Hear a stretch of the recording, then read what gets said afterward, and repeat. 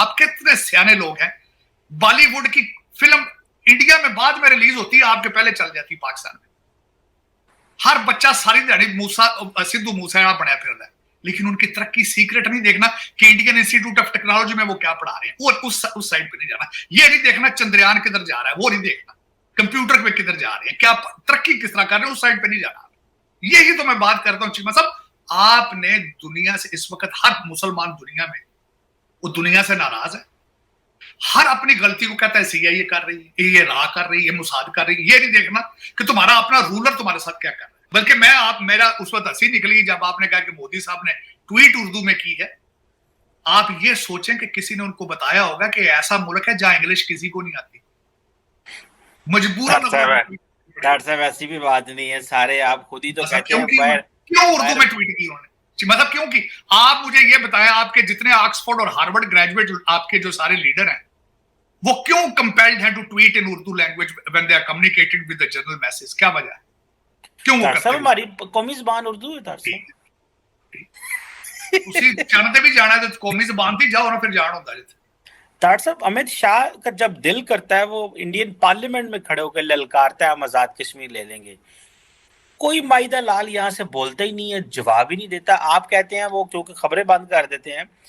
ये सियासतदान जो हैं, जो डिफरेंट सियासी जमातों की, ये भी शोबदाबाज हैं ताड़ साहब, कि बस जिदों हुकूमत चाहना है तो बल्ले बल्ले नारे मारने ने, ओए इंडिया इंज कर देंगे, ओए फलाने इंज कर देंगे।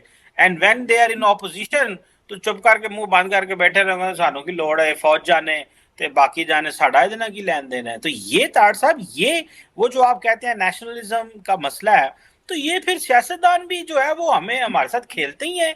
अब ताड़ साहब, कल भारत की सुप्रीम कोर्ट ने फैसला किया है 370 पे और 35A पे भी ऑब्वियसली, जिसमें उन्होंने जो इंडियन पार्लियामेंट ने जो फैसला किया था 370 को रिवोक करने का, और उन्होंने कहा है कि उनकी सॉवरेनिटी अब नहीं रही। और ये जारी बात है, आज बल्कि कल ये भी हुआ कि प्राइम मिनिस्टर मोदी के ट्विटर हैंडल से उर्दू में ट्वीट की गई है पहली दफ़ा। वो जो इंग्लिश में उन्होंने ट्वीट की और फिर उन्होंने उर्दू में की ताकि पाकिस्तानियों को समझ आए कि इंडिया क्या कहना चाहता है। Basically we call this as a strategic communication, क्योंकि वो उर्दू में ट्वीट करते नहीं है, that is the first of its kind tweet. या वो हिंदी में करते हैं या इंग्लिश में करते हैं या अपनी लोकल जो इंडिया की रीजनल लैंग्वेजेस है उनमें करते हैं। तो एक तो ये पॉइंट है। ताड़ साहब, इसको बहुत सारे एंगल से देखा जा रहा है। OIC तो बोलती नहीं है, मुसलमान दुनिया में से अभी तक कोई स्टेटमेंट इसमें कुछ भी नहीं आया। पाकिस्तान के अंदर पॉलिटिकल पार्टीज ने हल्का फुल्का इसका जवाब दिया है, मीडिया पे जो है वो चीज़ें कुछ आई हैं, लोगों ने इस पर बातें की हैं। कई लोग कहते हैं जी पाकिस्तान के पास क्या ऑप्शन है, पाकिस्तान क्या कर सकता है, शोर ही डाल सकता है, बातें ही कर सकता है। वो जिसे कहते हैं ना, कई लोगों ने तो ये भी मैं देखा, और अरशाद भट्टी तो ये भी कह रहा था कि उन्होंने कहा जी ये तो बतराने बना सकते हैं। तो दो तरह के हैं लोग, एक कह रहे हैं कि जी दुनिया हमारा साथ देना छोड़ गई है, इंटरनेशनल अदारे हमारा साथ देना छोड़ गए हैं।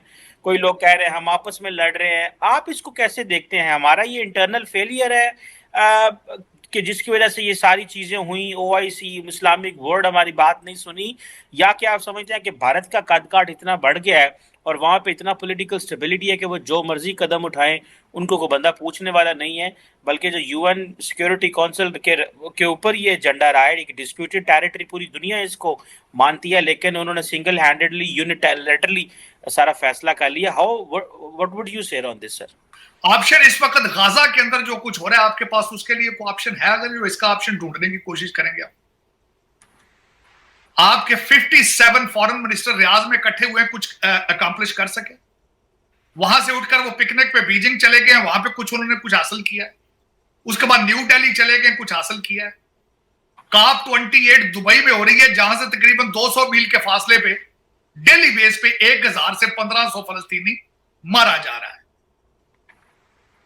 तो आपके पास कौन से ऑप्शन होने? पिछली दफा मैं यहां मेंशन करना चाहूंगा 2019 में जब यह स्टेप उठाया गया था, OIC उसने मुंह दूसरी तरफ कर लिया था आपसे। 7 आपके जो 7 बल्कि इंक्लूडिंग आपके financiers, UAE including, highest civilian award Modi साहब को दे चुके हैं। MBS साहब जब इस दफा भारत गए हैं, आप तरले करते रहे कि 1 घंटे के लिए रुक जाए, वो रुके। तो आपके पास क्या ऑप्शन है? अब मैं दूसरी तरफ जाना चाहूंगा आपकी तरफ। आपकी 1947 14 अगस्त 1947 से लेकर आज तक की ट्रेजेडीज में आप कश्मीर की बात करते हैं, आपको एतराज होना चाहिए, ठीक होना चाहिए, ठीक है, आपने 4 जंगें लड़ी उसकी वजह से। बलोचिस्तान आपके साथ है।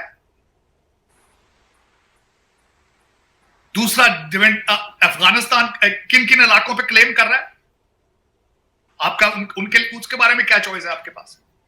बलोचिस्तान की हर मादरियत, हर चीज आपने चाइना को बेच दी, आप खा पी गए, उसको डकार मार गए, पिज्जे बन गए, आधे पिज्जे तो हौसला बंद भी हो चुके हैं उन चीजों के। लेकिन आप ऑप्शन ढूंढ रहे हैं क्या? चीमा साहब आप पूछ रहे हैं आपके पास ऑप्शन क्या ऑप्शन ढूंढ रहे हैं आप? मेरे ख्याल में आप नहीं ढूंढ रहे, आपको पता ही नहीं।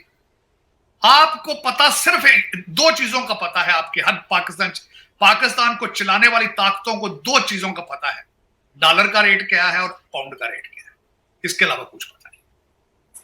कोई तीसरी चीज उनके रेडार पर ही नहीं है इस वक्त, रेडार पर ही नहीं।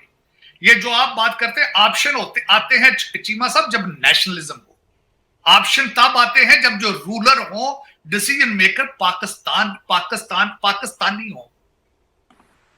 बहसीते पाकिस्तान, इस वक्त पाकिस्तान में कितने पाकिस्तानी, मुझे तो नजर कोई नहीं आता। 25 करोड़ लोग हैं, रात को सोते हैं, लंदन के ख्वाब देख रहे हैं, टोरंटो के ख्वाब देख रहे हैं।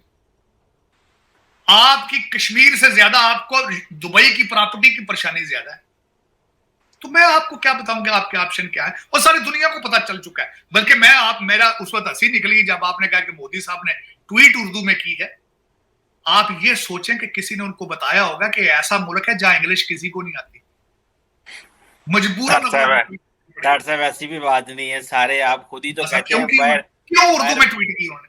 मतलब क्यों की? आप मुझे ये बताएं, आपके जितने ऑक्सफोर्ड और हार्वर्ड ग्रेजुएट आपके जो सारे लीडर हैं, वो क्यों कंपेल्ड हैं to tweet in Urdu language when they are communicating with the general message? क्या वजह है? क्यों वो करते हैं? हमारी कौमी ज़बान उर्दू है। उसी जानते भी जाना है तो कौमी ज़बान थी, जाओ ना फिर जान होता है। तो इसीलिए तो आप उर्दू में डॉक्टर साहब बात करते। नहीं, मेरे लिए बड़ा इंसल्टिव था कि जी मोदी साहब को ट्वीट भी उर्दू में करके मैसेज भेजना पड़ गया। अजय सोचो, हो सकता अगला लफ्ज होता पंजाबी च कर देंगे, हां चुक दिता जाए 370 है। लेकिन चीमा साहब ये देखें, आपके इस वक्त अगर अच्छा, आपके अमित शाह साहब का आपने कोई किसी ने किसी के माथे पे बाली, आप तो कब आप ये समझते हैं इस वक्त आपके चलाने में, आखिरी पॉइंट चीमा साहब, आपके मुल्क को चलाने वाले ये समझते हैं कि हम ये खबर अगर मीडिया में ना चलने दें तो सब अच्छा है। अमित शाह की खबर को कवर नहीं किया गया था ना, वो समझते क्या कहने 5 करोड़ सुते पे ना कटे की लोड़े ना कुछ गाड़ दे। अब ये भी खबर बंद है, कोई नहीं, इसका भी खबर बंद, देखे ना, खबर बंद कर देने से आप समझते हैं कि शायद जिस तरह वो कबूतर बिल्ली को देखकर आंखें बंद कर लेते हैं, आप इस तरह सोए पड़े। सोए खैर पड़े तो नहीं है, खैर तुसी दुबई डॉलरां तो पाउंडां ਨੂੰ ਇੰਜ ਪੈਂਦੇ ਹੋ ਜਿਵੇਂ ਉਸ ਇੱਕ ਪੰਜਾਬੀ ਜੇ ਮੁੜਾਇਆ ਤੇ ਲਫ਼ਜ਼ ਭੈੜਾ ਕਹਿੰਦੇ ਨੇ, ਕੁਕੜੀ ਖਗਾਰ ਨੂੰ ਪੈਂਦੀ, ਡਾਲਰਾਂ ਪਾउंडां ਨੂੰ ਤੁਸੀਂ ਇਵੇਂ ਪੈਂਦੇ। ਤੇ ਚੀਮਾ ਸਾਹਿਬ, लेकिन अफसोस है कि आप ऑप्शन ढूंढ भी नहीं रहे और दुनिया को भी पता है कि आप ऑप्शन नहीं ढूंढ रहे। और आपको मेरा मकसद है कि आपका फोकस भी सारा फॉरेन प्रॉपर्टीज में है। आप कश्मीर से ज्यादा दुबई में इंटरेस्टेड है, आप ज्यादा, दुनिया को भी पता है। आपका क्या ख्याल, उनको नहीं पता कि आप क्या हैं, आपकी असलियत क्या है, आपने 4 जंगें लड़ी हैं, किस तरह लड़ी हैं, जंगी कैदियों के हालात क्या थे, मेरे को सारा उनको पता है। कौन सा मैं बल्कि कल परसों यहाँ बैठा था, जहाँ बात हो रही थी कि मानक शाह साहब थे जो उस वक्त जनरल थे, वो याया साहब उस वक्त प्री पार्टीशन इकट्ठे थे। तो याया खान साहब ने जनरल मानक शाह से मोटरसाइकिल खरीद लिया था 1000 रुपए का, तो 1000 रुपया नहीं दिया था। तो वो जब कहते ईस्ट पाकिस्तान के after the fall of Dhaka, उन्होंने जो लेटर लिखा उसमें मजाक उन्होंने लिखा था कि आपने वो मोटरसाइकिल के पैसे नहीं दिए तो मैंने बराबर कर लिए पैसे। तो लेकिन चीमा साहब, दर हकीकत कौमियत के बगैर नहीं चल सकती। You are losing the title of being called a nation soon. मेरा मकसद है, उसकी वजह यह है कि आप हर चीज के ऊपर ग्रिप लूज करते जा रहे हैं जो एक फेडरेशन के लिए बहुत जरूरी होती है, बहुत जरूरी होती है। उस पर आप आहिस्ता आहिस्ता Pakistan is slipping out of hand, जिस तरह रेत हाथ से स्लिप होती है। डॉक्टर साहब, आपने अमित शाह साहब का जिक्र किया। डॉक्टर साहब, अमित शाह का जब दिल करता है वो इंडियन पार्लियामेंट में खड़े होकर ललकारता है हम आजाद कश्मीर ले लेंगे। कोई माइदा लाल यहाँ से बोलता ही नहीं है, जवाब ही नहीं देता। आप कहते हैं वो क्योंकि खबरें बंद कर देते हैं। ये सियासतदान जो हैं, जो डिफरेंट सियासी जमातों की, ये भी शोबदाबाज हैं ताड़ साहब, कि बस जिदों हुकूमत च आना है तो बल्ले बल्ले नारे मारने ने, ओए इंडिया इंज कर देंगे, ओए फलाने इंज कर देंगे, and when they are in opposition तो चुप करके मुंह बंद करके बैठे रहेंगे, सानू की लोड़ है फौज जाने ते बाकी जाने, साडा ਇਹਦੇ ਨਾਲ ਕੀ ਲੈਣ ਦੇਣ है। तो ये ताड़ साहब, ये वो जो आप कहते हैं नेशनलिज्म का मसला है, तो ये फिर सियासतदान भी जो है वो हमें हमारे साथ खेलते ही है। नहीं अमित चीमा शाह साहब, रोज पार्लियामेंट में खड़ा होकर नारे मारता नहीं है। नहीं, मैं बिल्कुल इससे डिफर ये करूंगा। मैं लोगों को सियासतदान नहीं कह सकता, इनको सियासतदान की अल्फो बे का नहीं पता। उसकी वजह है इनका लफ्ज मैंने इनका रख दिया परमानेंट इलेक्टेबल्स। ये तो मुख्तलिफ पार्टियां जो अपने ग्रुप, जो करप्शन के ग्रुप बनते हैं ना इनके, आजकल भी ग्रुप बन रहे हैं करप्शन के। कैबिनेट बन रही है, उसमें बाप पार्टी भी आ रही है, एमक्यूएम भी आएगी, जहांगीर तरीन सीटें सारी हो रही हैं, सारे डिसीजन लिए जा रहे हैं। ये ग्रुप करप्शन का अलायंस बन रहा है। और इनको जब सियासतदान तो होंगे, अगर सियासी पार्टियां होंगी, तो अगर ये एस्टेब्लिशमेंट के प्रोजेक्ट हैं, तीनों जो इस वक्त आप पार्टियां कहते हैं, ये तीनों एस्टेब्लिशमेंट के प्रोजेक्ट हैं। ये चीमा साहब, अयूब खान साहब, जो मैं आपको बताया था कि भुट्टो अयूब खान साहब को कहते थे मेरा डैडी, और दूसरे ने वो ज़ियाउल हक साहब ने वो उनके पास जाब लेने के लिए कि कोई यार चीफ मिनिस्टर बना दे। हाँ, तीजा बच्चा है जरा इन अगले चुक के उत्थे धरने दे पाया। तो ये तो तीनों एस्टेब्लिशमेंट के प्रोजेक्ट है, इनको कौन कहेंगे सियासतदान। मैं आपसे ये पूछना चाहता हूं, एक ऑक्सफोर्ड ग्रेजुएट है, वोट ऑफ नो कॉन्फिडेंस हुआ तो उसको असेंबली में बैठ के अपोजिशन की सीटों पे नहीं बैठना चाहिए था। ये आपका सबसे ज्यादा एजुकेटेड जो है इस वक्त मुर्शद जो है बैठा है वो जाके वहां पे, और साथ करने वाले मैं हैरान हूं। मैं हैरान होता रहा जो उनके उसके सारे आलाकार बनने थे, उसको वो सारे वहीं फिर रहे हैं, घूम रहे हैं, कोई उनको पूछने वाला नहीं। बजा ले उनके ऊपर कोई लफ्ज को बोल जाए, पता नहीं क्या है। वो ऐसे इतने पाक साफ लोग हैं कि उनके बारे में लफ्ज बोलन तो राती चुप के ला देंगे। चीमा साहब, इस तरह अफसोस के साथ मैं कहूंगा, आप पाकिस्तान में बैठे हैं तो आप उस लेंस से आपको कुछ नजर नहीं आता, आपको सिर्फ छोटी छोटी चीजें नजर आती हैं आगे पीछे। वॉशिंगटन डीसी में बैठ के पूरी दुनिया नजर आ रही होती है कि क्या हो रहा है। आज मैं इजिप्ट के इलेक्शन के बारे में आज से 10 मिनट पहले भी आर्टिकल पढ़ रहा था कि सीसी को भी इलेक्शन कराने की क्या जरूरत है यार, जीतना तो उसने ही है। और मैं अगले दिन अफ्रीका में वो मेडिस्कर में वहां पे इलेक्शन हुआ है, तो उसके सदर ने कहा मुझे 59% वोट मिले हैं, हालांकि ओरिजिनल वोट ही 46% पड़े। तो ये क्या, ये मेरा मत पूरी दुनिया ड्रामा हो रहा है, और उसमें आप उस ड्रामे का हिस्सा सिर्फ इतना ही है कि आप करप्ट तरीन कौम एक बन चुके हैं। उससे ज्यादा आगे आप जा ही नहीं सकते। पता नहीं क्या वजह है कि उससे आगे आप जा ही नहीं पा रहे। You are stuck now at the point, stuck हो चुके। डॉक्टर साहब, वो इमरान खान कहते थे मुझे चाइनीज मॉडल पसंद है, हमें फिर ये डेमोक्रेसी बंद कर देनी चाहिए। नहीं बंद पहले खोली भी कोई नहीं, मॉडल उनको बड़ा पसंद है। इमरान खान साहब को ये नहीं पता कि गोली मार देना, और गोली का बिल भी ਜਿਹੜਾ ਉਹ ਜਿਹਨੂੰ ਮਾਰ ਦੇਣਾ ਉਹਦੇ ਬੱਚਿਆਂ ਨੂੰ ਫੜਾਉਂਦੇ ਰਹਿੰਦੇ, ਤੇਰੇ ਪਿਓ ਨੂੰ ਗੋਲੀ ਮਾਰੀ ਦਾ ਬਿੱਲ ਦੇਣਾ। ਤੁਹਾਨੂੰ ਸਿਰਫ ਉੱਥੋਂ ਆਪਣੇ ਕਿਕ ਬੈਕਸ ਦਾ ਮਾਡਲ ਪਸੰਦ ਹੁੰਦਾ ਚਾਈਨਾ ਦਾ। ਤੁਸੀਂ ਚਾਈਨਾ ਦਾ करप्शन ਦਾ ਮਾਡਲ, मुर्शिद साहब को बताना चाहिए था कि हमें सिर्फ किक बैक का और करप्शन का मॉडल पसंद आया, तरक्की का मॉडल नहीं हम जाएंगे उस साइड पे कि मुल्क तरक्की किस तरह करता है। रिश्वत में पकड़ लिया जाए तो बंदा मिलते ही नहीं पाए, चाहे जर्नैल हो भावे मिनिस्टर हो।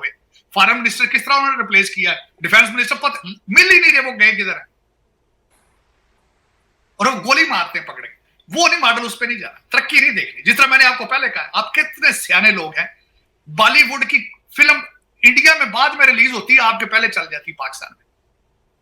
हर बच्चा सारी दिहाड़ी सिद्धू मूसेवाला बनया फिर रहा है, लेकिन उनकी तरक्की सीक्रेट नहीं देखना कि इंडियन इंस्टीट्यूट ऑफ टेक्नोलॉजी में वो क्या पढ़ा रहे हैं, वो उस साइड पे नहीं जाना। ये नहीं देखना चंद्रयान किधर जा रहा है, वो नहीं देखना कंप्यूटर पे किधर जा रहे हैं, क्या तरक्की किस तरह कर रहे हैं, उस साइड पे नहीं जाना। यही तो मैं बात करता हूं चीमा साहब। आपने दुनिया से इस वक्त, हर मुसलमान दुनिया में वो दुनिया से नाराज है, हर अपनी गलती को कहता है सीआईए कर रही है, ये रा कर रही है, ये मुसाद कर रही है। ये नहीं देखना कि तुम्हारा अपना रूलर तुम्हारे साथ क्या कर रहा है, तुम्हारे रूलर किस तरह मुल्क तुम्हारे चला रहे हैं, तुम खुद क्या हो, तुम इस्लाम पे अमल दरामद कर रहे हो, तुम ना अच्छे मुसलमान हो, ना अच्छे पाकिस्तानी हो, ना अच्छे स्टूडेंट हो, ना अच्छे शहरी हो, तुम हो क्या, उस पर तवज्जो नहीं देनी। लेकिन ये कहना कि नहीं जी नहीं, ये काफिर हैं, हम ये 7वीं सदी के, हमें 7वीं सदी का इस्लाम चाहिए, ਸਾਰੇ ਅਬਾਸੀਅਤ ਦੌਰ ਚ ਰਹਿਣਾ ਚਾਹੁੰਦੇ ਨੇ। ਮਾਮੂ ਰਸ਼ੀਦ ਕਹਿੰਦੇ ਨੇ ਹਾरून ਰਸ਼ੀਦ ਸਾਡਾ ਖਲੀਫਾ ਹੋਵੇ ਤੇ ਅਸੀਂ ਇੱਥੇ ਲੁੱਟਾਂ ਪਾਈਏ। ਇਸ ਤਰ੍ਹਾਂ ਤਾਂ ਨਹੀਂ ਹੋਤਾ। you have dropped the ball, not yourself, the second biggest religion on the planet। और कोई ऐसा मुल्क दिखाएं आप मुझे जो जलीलो ख्वार ना हो रहा हो, मुझे दिखाएं कोई मुल्क, कोई ऐसा मुल्क नहीं। और मुझे ये बताएं इस वक्त अगर देखा जाए तो जो इस्लामिक कंट्रीज हैं वो ये गोरे तो नहीं चला रहे ना, वो आपके लोग ही चला रहे हैं ना उनको, लेकिन ब्लेम आप कर रहे हैं कि नहीं जी नहीं हमारे साथ बड़ा जुल्म हो रहा है, बड़ा जुल्म हो रहा है। आज सारी दुनिया कहती थी फलस्तीन में जुल्म हो रहा है, कभी आपने किसी के मुंह से सुना है कि शुरू हमास ने किया सारा कुछ ही? वो किधर है आज? उनके पास कोई प्लान था कि हमने ये लोगों को 1400 को मार के तो ये जो दूसरे 2 मिलियन लोग हैं इनका हमने क्या करना है, सोचा था किसी ने? और मैं पहले अर्ज कर रहा था 57 कंट्रीज के फॉरेन मिनिस्टर इकट्ठे हो रहे हैं, कुछ कोई रेजोल्यूशन पास कर पा रहे हैं? अब एक कह दे नहीं जी ये भी गोरियां की साजिश है, ये CIA नहीं करने देती भाई, पता नहीं दूसरे कैसे लोग। लेकिन चीमा साहब इसमें कश्मीर के हवाले से अगर चले इस पे बात करते हैं कि ये इस पे और दूसरा मैं बल्कि इसके बारे में एक मैं आर्टिकल पढ़ रहा था, अब यूनाइटेड नेशंस की बात कर रहे हैं। आज मलिया लोधी साहबा ने भी ये कहा है कि सुप्रीम कोर्ट जो थी वो वेन्यू ठीक नहीं था, उनकी जुरिसडिक्शन बनती ही नहीं है since it's in United Nations के यूनाइटेड नेशंस में चीजें। चीमा साहब उसमें मैंने एक आर्टिकल पढ़ रखा था कि शिमला मुआहदे के बाद भुट्टो साहब ने यूनाइटेड नेशंस से विड्रॉ कर लिया था। कुछ लोग आज ये भी तजियत कर रहे हैं इसका। और दूसरा यूनाइटेड नेशंस की बात करना, मलिया लोधी तो यूनाइटेड नेशंस में नहीं है। यूनाइटेड नेशंस कोई एक्टिव या फाल इंस्टीट्यूशन है वो कोई? मेरे ख्याल में तो नहीं है। तो उसका एक नए ट्रक की बत्ती दिखा देना तो वो भी ज्यादती है। लेकिन ये कि अब आपको चाहिए कि आप सीरियस लें चीजों को, अपने खित्ते में रिलेशनशिप अपने मुमालिक के साथ ठीक करें। आपको आज कश्मीर की फिक्र है, मुझे तो बलोचिस्तान की फिक्र ज्यादा है। मुझे नहीं तो साहब हमारी फौज तगड़ी है, कोई ऐसा मुझे तो नहीं लगता कि ऐसे हो सकता है, लेकिन हो तो कुछ नहीं सकता। लेकिन चीमा साहब जो हालात हैं इधर देखे ना, इधर TTP वाले रोज घुस के आपको मार रहे हैं। वो कहते नहीं, एक तो वो कहते हैं कि आप काफिर हैं, आप मुसलमान ही नहीं है, आपके जो पठान भाई है सालबाज कहते हैं काफिर ने। और दूसरी बात उसमें ये है कि वो आपके देवेंद्र लाइन वो कहते हैं तो सारा कुछ हमारा है, ये तालिबान जहां तक वो कहते हैं जहां तक पश्तून है वो सारा इलाका हमारा है, तो अटक के दरिया तक तो वो कहते हैं हमारा सारा कुछ। इधर तक अटक वाले आ गए, उधरों जेलम पिंबर गुजरात सारा वो लै गए, वो परले बलोची लै गए। तुसी ते मैं फिर असी चीमा साहब असी फिर तो की करांगे? तार साहब ठीक कर लेंगे साडा मलक रियाज ही अगे पिछे ते पिछे मलक रियाज दी ते प्यारी कानूनी बचड़ियां पिछे होर इत्थे ही चक्की रह गए ने। नहीं ये बातें तो सारी बातें ये खतरनाक है, लेकिन चीजें सेटल हो गई हैं तार साहब। ये तो बस जरा सियासी अदम इस्तेकाम है, सियासतदान जरा ऑन करें निजाम को। अवाम ने तो बड़ी जाने दी हैं तार साहब इस मुल्क के लिए, अवाम ने तो ये 70-80 हजार जो लोग शहीद हुए हैं तार साहब, उनको तो उन्होंने तो जाने दी हैं, दहशतगर्दी की भीड़ चढ़े हैं इसमें तो। मैं मानना, लेकिन चीमा साहब अद्धा दुबई तो हम मोल लै छड़िया, वो 70-80 हजार बंदे चक्कर साहब वो फिर हमारी एलीट है, वो इन्हें कुछ हल्की फुल्की जो ट्रेडिंग तो हो ही जाती है ना, आपको पता चले। नहीं ठीक है, मैंने जिस तरह आपको कहा बड़ा इसमें बड़ा सीक्रेट है जो मैंने आपको बताया कि आपको इस पर कश्मीर का नहीं दुबई की प्रॉपर्टियों का ज्यादा फिक्र है। तो फिर वो नहीं है ताड़ साहब, और रोहनवार जो कराची में कल उसने नहीं कहा जरदारी साहब पता नहीं कितना 8 अरब को कितना वो कत्ल लेके चले गए। ताड़ साहब ये कैसे पैसे ले जाते हैं? इनके दिल में दर्द नहीं होता, इनको दर्द नहीं होता पाकिस्तान का? जरदारी साहब सिंध में सारी शुगर मिले उन्हें, उनकी सारी उन्होंने ले ली, खरीद ली है, छीन ली, जिस तरह भी किए। लेकिन जरदारी साहब के पास इतना पैसा है, उनको खुद नहीं पता मेरा पैसा कहाँ पड़ा, मेरी प्रॉपर्टियां कहाँ पड़ी, इतनी हालत। चीमा साहब कोई, लेकिन मैंने आपको एक अर्ज की थी कभी, मैं मुसलसल DC में बैठ के आपको मैं क्या चीमा साहब मेरा एक मेरा पैगाम कभी दे दें मेरे हम वतनों को कि मैंने खुद अपनी आंखों से अमेरिका में कब्रिस्तान देखे, मैंने लंदन में कब्रिस्तान देखे। ये समझते हैं ऐसे बगैरत कि अमेरिका चले गए तो हमने मरना नहीं है, हमने लंदन चले जाना है, पैसा लेके यहां से उड़ जाना है तो हमने मरना नहीं। मैंने जॉन हॉपकिंस में मायो क्लिनिक्स में लोग मरते देखता हूं। पता नहीं कैसे पत्थर के लोग आप बने, केड़े मेटल दे बने, 76 साल से लूट रहे हैं आप, और ਤੁਹਾਡਾ एंड ही कोई नहीं लूटने का, आप डेड एंड पे नहीं पहुंच रहे लूटने के।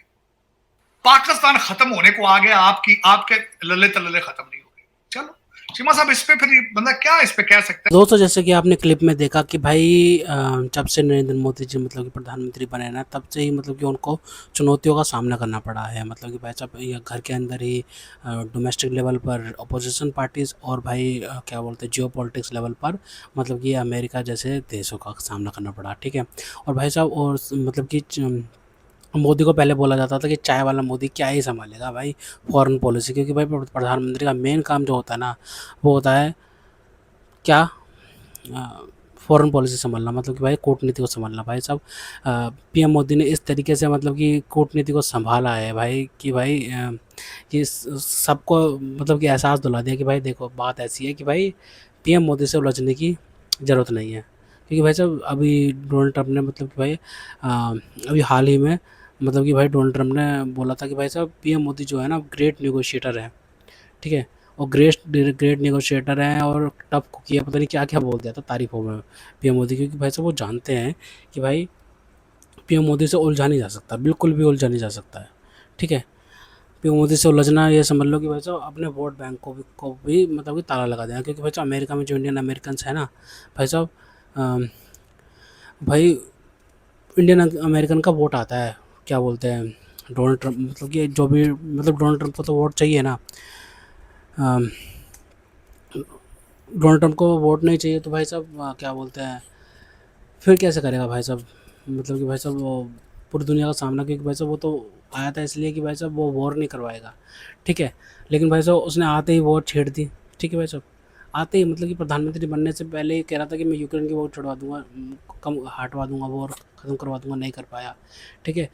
उसने कहा था कि भाई साहब हम हर किसी से रिलेशन बनाएंगे, सबसे रिलेशन तोड़ दिए, क्या बोलते हैं, ठीक है। तो भाई पीएम मोदी की जो क्या बोलते हैं, जो सारी की सारी जो कूटनीति है ना भाई साहब, कूटनीति की वजह से ही सब कुछ चीज़ हुई है, ठीक है। तो भाई इससे पता हमें क्या पता चलता है कि भाई पीएम मोदी से उलझना ना इतना आसान बात नहीं है, ठीक है। मैं आपको संक्षेप में बताऊंगा सारा का सारा कुछ। प्रधानमंत्री नरेंद्र मोदी की कूटनीतिक डिप्लोमेसी सरल भाषा में समझने के लिए हम, ठीक है, सरल सरल भाषा में समझाता हूँ मैं आपको, ठीक है। कूटनीतिक डिप्लोमेसी का मतलब इससे दूसरे देशों के साथ में ऐसे संबंध बनाना जिससे अपने देश की राष्ट्रीय हित, सुरक्षा और व्यापार और वैश्विक प्रभाव को बढ़ाना, मतलब कि कूटनीति इसी को कहते हैं कि डिप्लोमेसी, जो मतलब कि मतलब कि जैसे भारत देश है, भारत देश के मतलब कि राष्ट्रीय हित, सुरक्षा और व्यापार और वैश्विक हित को बढ़ाना है। प्रधानमंत्री नरेंद्र मोदी की कूटनीति को अक्सर मल्टी अलाइनमेंट कहा जाता है। इसका अर्थ है कि भारत किसी एक शक्ति गुट तक सीमित ना रहकर अलग-अलग देशों के साथ अपने हितों के अनुसार संबंध रखता है, ठीक है। मोदी की कूटनीति की विशेषता ये है कि देखो, सबके साथ दोस्ती, लेकिन भारत पहले है, ठीक है। भारत अमेरिका के साथ भी साझेदारी बढ़ाता है, रूस से भी रक्षा और ऊर्जा संबंध बनाए रखता है, ठीक है।